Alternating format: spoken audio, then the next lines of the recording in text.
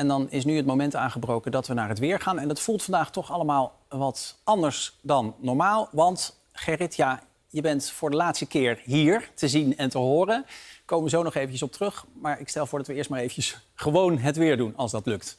Ja, zeker lukt dat. Sowieso omdat het mooi weer is. Want ja, je zult op je laatste dag maar 3 dagen regen moeten aankondigen. Dat is natuurlijk niet fijn. Maar goed, vandaag was het dus prachtig. Een prachtig begin van de dag, zoals op deze foto zichtbaar. Winterswijk was dit. En overdag was het ook prachtig. Westzaan. En sowieso in het hele land was het prachtig zonnig weer. Weinig wind ook. En daardoor voelde het heel erg aangenaam aan. En het aangename weer, dat zullen we ook houden. Want we hebben te maken met een hoge drukgebied. Het gaat wel een klein beetje wegtrekken. Maar er komt vanuit het zuiden wat drogere lucht onze kant op. Ook wat warmere lucht. En dat betekent dat de temperaturen zelfs nog wat omhoog zullen gaan. Een zwak front ligt hier, maar dat zal ons niet gaan bereiken. Dat trekt weg naar het noorden, dus daar zullen we geen last van hebben.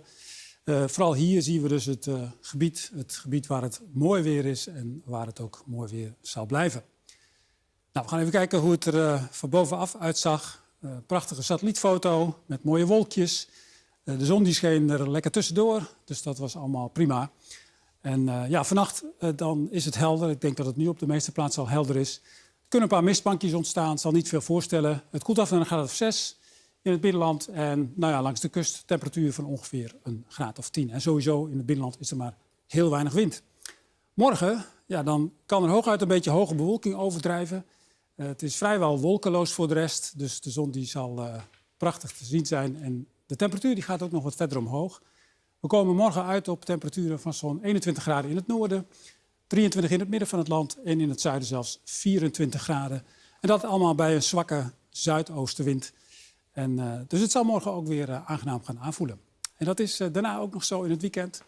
Prachtig nazomerweer, temperatuur zo'n 25 graden. Volop zonneschijn, droog ook. Na het weekend wordt het dan wel een beetje wisselvalliger met af en toe een bui. De temperatuur gaat ongeveer naar het gemiddelde toe van zo'n 21 graden. Nog even de samenvatting op het laatst. Morgen dus aangenaam weer. Veel zon, weinig wind. En in het weekend mooi nazomerweer. Ja, vlekkeloos als altijd. Ja, dan komt er nu echt een einde aan Gerrits lange carrière als weerman bij de NOS. We kijken nog even terug hoe dat er allemaal uitzag. Het weer in handen van Gerrit in de afgelopen 25 jaar. Het weer, Gerrit Hiemstra. Vandaag waren er talrijke buien en die waren op de satellietbeelden heel goed te zien. Temperaturen rond het vriespunt. Wij hebben eigenlijk een heel raar beroep. Hey Gerrit, was het warm vandaag hè, met die zon? Ja hoor, het wordt lekker weer. Ik denk dat je zeker de zonnebril nodig zult hebben. Wind is een zucht uit de lucht.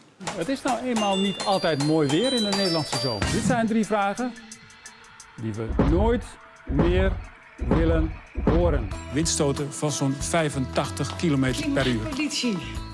Goedenavond. Wat krijgen we nou? Ik had niet gedacht dat ik het in mijn carrière nog eens zou meemaken. Dat het in Nederland eens een keer 40 graden zou worden. Ik zou zeggen, welkom in het nieuwe klimaat. Want ja, dit zijn voorbeelden van weersituaties die we waarschijnlijk in de toekomst vaker mee zullen maken. Echt waar? Ja, het gaat wel dooien.